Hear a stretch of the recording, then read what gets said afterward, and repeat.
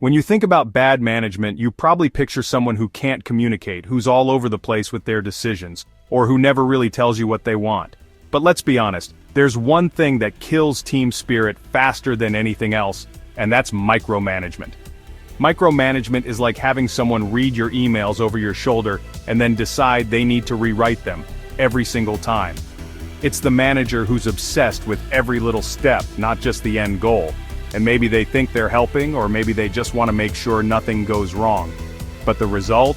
The team feels trapped, disheartened, and honestly kind of bored. Here's why this is such a big deal.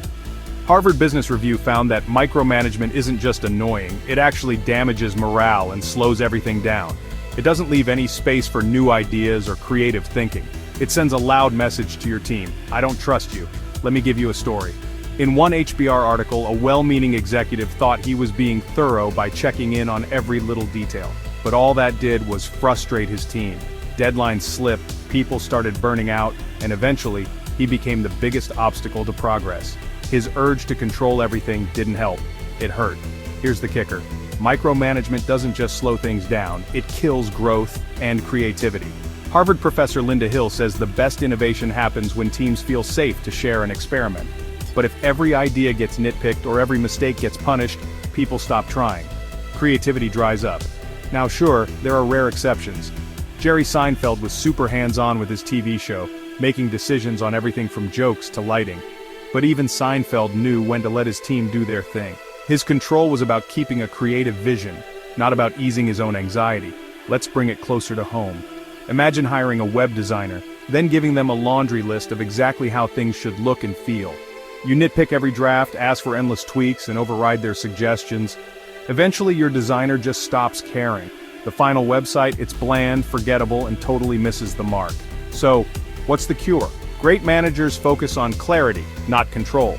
Set clear goals and expectations, then step back. Let your team own the process and the outcome. Be a coach, not a micromanager. Leadership expert Scott Birkin said, "If you keep redoing your team's work, you haven't hired badly, you've led poorly. If you really trust your people, give them the space to deliver. If you don't, maybe it's time to rethink your role, or theirs." Peter Drucker nailed it. So much of what we call management consists in making it difficult for people to work.